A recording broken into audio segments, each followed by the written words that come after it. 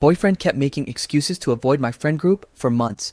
I thought he was being antisocial until he finally told me that my female friends had been xually harassing him the entire time. I've been sitting here for over an hour staring at my phone, trying to figure out how to even start this.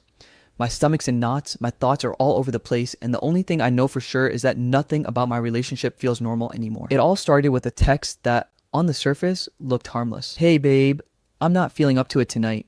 You go have fun without me, okay?" That was from my boyfriend, Tyler, 2 Fridays ago, right when I was about to pick him up for game night with my friends. It wasn't the first time he bailed recently. In fact, it was maybe the 6th or 7th time in a row. And at first, I brushed it off. People get busy, people get tired, but over the last few months, it started to feel less like life happens and more like a pattern. Tyler and I have been together for almost 2 years. He's always been a little introverted. He's the kind of guy who prefers one-on-one conversations over big, noisy parties, but he used to make a real effort with my friends. In the early days, he'd join our trivia nights, board game marathons, even brunches where everyone was still half asleep and grumpy. He'd charm them with his dry sense of humor, help carry heavy grocery bags up the stairs for the host, and laugh along at the ridiculous inside jokes they've had since college. My friend group isn't small either. We're about 8 regulars, mostly girls I've known since high school, plus 2 guys who date 2 of the girls. Tyler was the only outsider who ever really fit in easily. Or at least that's what I thought. The change was slow at first. I remember the first time he skipped a hangout. It was a barbecue at Lauren's place. Tyler texted me last minute saying he had to finish some work for his freelance project. Totally believable, he's a graphic designer and deadlines pop up. I didn't think much of it. Then there was a Sunday brunch a few weeks later.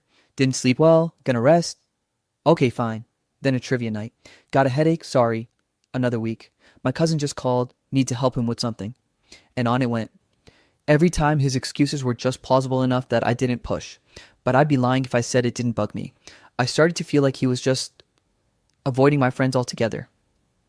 The thing is, my friends noticed too, and they weren't subtle about it. "Wow, bailing again?" Emily said one night, raising an eyebrow when I showed up solo. "Does Tyler just hate us or what?" Lauren joked, though there was this edge in her voice that didn't sound entirely like a joke. "Maybe he's just not a friend group guy," another chimed in, as if that was some fatal flaw. I laughed it off in the moment, but it planted a seed in my head. Was Tyler just antisocial? Was I dating someone who didn't care about the people who mattered to me? It started to bother me enough that I brought it up with him one night. We were sitting on my couch, some movie playing in the background that neither of us was really watching. I turned to him and said, "Tyler, seriously, what's going on? You haven't been to anything with my friends in months." He froze for a second, his hand pausing on the popcorn bowl. "I don't know," he said after a moment. "I've just not been in the mood lately." "That's not an answer," I pressed. "You used to love coming to stuff. Now it's like you're dodging them." "I'm not dodging them," he said quickly, then softer. "I just can't right now." "Can't what?" He glanced away, his jaw tightening. "You wouldn't believe me if I told you." That stopped me cold. Try me. But he shook his head. "It's nothing. I just don't feel comfortable. That's all." The conversation went in circles after that. I got frustrated, he got defensive, and eventually we just let it drop, but it left this weird heaviness in the room. Over the next few weeks, things got worse. Not just the excuses, but the way he seemed anxious whenever the group came up. If my phone buzzed with a group chat message and he saw it, his mood would shift instantly. And my friends, oh, they leaned into it. They'd make comments when I showed up without him. "Guess Tyler's too good for us now. Man, must be nice to have a boyfriend who's allergic to socializing." Even the guys started joking about it. I'd go home annoyed with Tyler, annoyed with them, annoyed with myself for not knowing how to fix whatever this was. Then came the night everything almost boiled over. It was a Saturday and we were supposed to go to game night at Emily's. I told Tyler a week in advance, trying to give him plenty of warning. He didn't say yes, but he didn't say no either. Just this vague, "We'll see." The day of, I texted him, "Game night's at 7. I'll swing by at 6:30 to grab you." No reply. At 6:15, I called. He picked up, voice low. "Hey, I'm not coming." My heart sank. "Are you serious? Tyler, come on, you can't keep doing this." "I'm not in the mood, okay?" he said. "It's not about the mood. You haven't been to a single thing in months. Do you know how bad this looks?" He was silent for a long moment.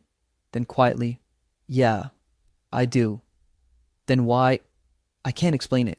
Not right now. Something in his voice stopped me from pushing harder. It wasn't anger or laziness or even boredom. It was fear. But fear of what? The rest of that Saturday night felt wrong. I went to Emily's game night without Tyler, and of course the question started before I'd even taken my coat off. "Where's Mr. Vanishing Act tonight?" Lauren smirked, dealing cards like she was hosting some high-stakes poker tournament instead of Uno. "Let me guess," Emily chimed in. "Another headache? Or maybe he's just allergic to us at this point." I tried to laugh it off, but it came out brittle. "He's just tired. Long week." But the thing was, I couldn't stop thinking about the way Tyler's voice had sounded earlier. That low, tense, I can't explain it. The way he'd said it like his life depended on keeping it in. Halfway through the night, I found myself zoning out completely. My friends' voices turning into background noise. Lauren nudged me at one point and whispered, "Everything okay?" "Yeah," I lied. "Just tired." When I got home around midnight, Tyler was still awake, sitting on my couch with the TV on, but the sound muted. His phone was on the coffee table, face down. "You're still up?" I asked, dropping my bag. "Yeah." He didn't look at me right away. I sat down across from him, the space between us feeling heavier than the silence itself. "Tyler," I said, "you have to tell me what's going on." He exhaled slowly, rubbing his face with both hands like he was trying to physically wipe away whatever was on his mind. "You really want to know?" "Yes." "Promise me you'll listen before you react." "Of course." He stared at the floor for a moment, then looked up, and the expression on his face made my stomach twist. It wasn't just anxiety, it was humiliation. "It's your friends," he said quietly. I frowned. "What about them?" "They've been making me really uncomfortable. For a long time." I tilted my head. "Uncomfortable how?" He hesitated, then said it. "They've been crossing lines with me. Saying things, doing things, stuff that's not okay." It took me a second to process. "What do you mean, crossing lines?" "I mean," he said, his voice tightening, "sexual comments, touching me, trying to corner me when you're not around. Since last year." I blinked at him, my brain struggling to match his words with the people I'd known for over a decade. "That's not..." I started, then stopped. I didn't want to say, "That's not possible," but it was the first thing my mind screamed. "They make jokes about my body. They've grabbed my arm, my leg. One of them slapped my ass once when you were in the kitchen. I told her to stop. She laughed." My chest went cold. "Who?" "All of them. At different times. Lauren's the worst. Emily too. They'll wait until you're in the bathroom or talking to someone else, and then it starts. They'll say things like, 'If you ever get bored of her, you know where to find me,' or 'Bet you'd look better without that shirt.'" I felt sick. "Why didn't you tell me?" "Because I didn't think you'd believe me," he said, his voice breaking, just enough to make me feel like someone had reached into my chest and squeezed. "They're your friends. I didn't want to be the reason you lost them, and if I'm honest, I thought maybe I could just avoid it, and it would go away. But it hasn't." I sat back, staring at him. My mind was a tornado disbelief, anger, shame, confusion, all swirling together until I couldn't tell one from the other. And then memories started clicking into place. That barbecue last summer, when Lauren had leaned way too close to him while showing something on her phone. How Emily had once made a joke about Tyler probably being good with his hands because he fixed my cabinet. The time I came back from grabbing drinks at the bar and found him standing rigid, while two of them laughed about something I didn't hear. "Oh my God, this is why you've been skipping everything," I said slowly. He nodded. "I can't be around them anymore. Not without feeling like I have to watch every move or get cornered. And I didn't want to dump all this on you. But tonight, when you pushed me, I couldn't keep lying." I felt a hot rush of guilt. I'd been mad at him for months, snapping at him for being antisocial while he'd been quietly dealing with that. "Tyler, I'm so sorry," I whispered. He shook his head. "You don't need to apologize. I didn't know what to do. If the roles were reversed, if my friends were treating you like this, I'd lose my mind. But when it's guys, people believe it. When it's girls, they still should," I said firmly, cutting him off. He gave a sad little smile. "I wish it worked that way." That night, I barely slept. I kept replaying everything in my head, every interaction between him and my friends over the past year.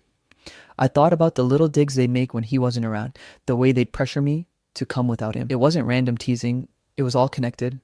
By morning, I knew I couldn't just let it slide. I texted Lauren first.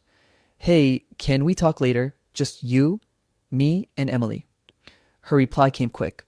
"Uh-oh, that sounds serious." "Yeah," I thought grimly. "It is." That evening, I sat in my car outside Emily's apartment, gripping the steering wheel so hard my knuckles hurt.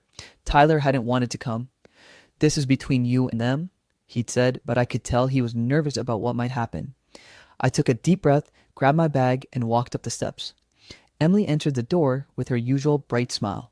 "Hey girl, come in, what's up?" Lauren was on the couch, scrolling her phone, and looked up with a smirk. "You sounded all mysterious in your text. We having a secret intervention or something?" "Something like that," I said, my voice sharper than I intended. Both of them glanced at each other, their smiles fading just a fraction. I stood there, looking at them, thinking about Tyler's voice when he told me what they'd done, thinking about the shame in his eyes, thinking about how I'd dismissed him for months. "Actually," I said, stepping further into the room, "we do need to talk, and you're not going to like it." Update 1. I don't know what I expected going into this conversation. Maybe some kind of shocked apology, or at least a guilty expression. Instead, I got defensiveness. Lauren leaned back on Emily's couch, crossing her arms. "Wait, so you're saying we harassed Tyler? Are you serious right now?" "Yes, I'm serious," I said, my voice shaking more from anger than nerves. "He told me everything. The comments, the touching, the stuff you said when I wasn't around." Emily's smile was gone now, but she still looked more offended than anything. "Whoa. Okay, let's calm down. I've joked around with him, sure, but it's not like I meant anything by it." "You slapped his ass, Emily," I shot back. She blinked. "That was a joke." "It wasn't funny to him," I said. "It made him feel uncomfortable. And you knew it because he told you to stop." Lauren snorted. "Oh, come on. This is ridiculous. He's a grown man. He can handle a little teasing. Now we can't even joke around without someone crying harassment." That hit a nerve. There's a difference between joking and making repeated sexual comments to someone who's clearly not into it. "He told you to stop. That's the line." Emily glanced at Lauren, then back at me. "Look, I didn't realize he was actually upset. If I knew you knew," I cut in. "He avoided coming to things for months. That didn't clue you in?" Lauren rolled her eyes. "Maybe he just doesn't like us, which is fine. But blaming us for that? Nah." I could feel my face heating. "You know what? I thought this would go differently. I thought you'd at least have the decency to admit what you did and apologize, but clearly I was wrong." Emily shifted uncomfortably, but said nothing. Lauren kept her arms crossed, daring me to say more. "Tyler's not coming around anymore," I said finally, "and honestly, I don't think I will either. Not if this is how you treat people." Lauren's smirk returned, small but sharp. "Your loss." I walked out before I said something I couldn't take back. Update 2, it's been about a week since I confronted Lauren and Emily, and things have escalated. Word's gotten around our friend group, because of course it has. Lauren wasted no time spinning the story to make herself the victim. I've gotten texts from mutual friends saying things like, "I heard Tyler accuse the girls of being predators," and "Are you sure he's not just making it up to get out of seeing us?" It's exhausting. The worst part is that some people I've known for years are suddenly acting like I'm overreacting or being dramatic. One guy in the group even said, "If the roles were reversed, I'd get it, but this is different." Different, because my boyfriend is a man. Tyler's been quiet through all of this. He told me he doesn't want me fighting his battles anymore, but I can tell it's eating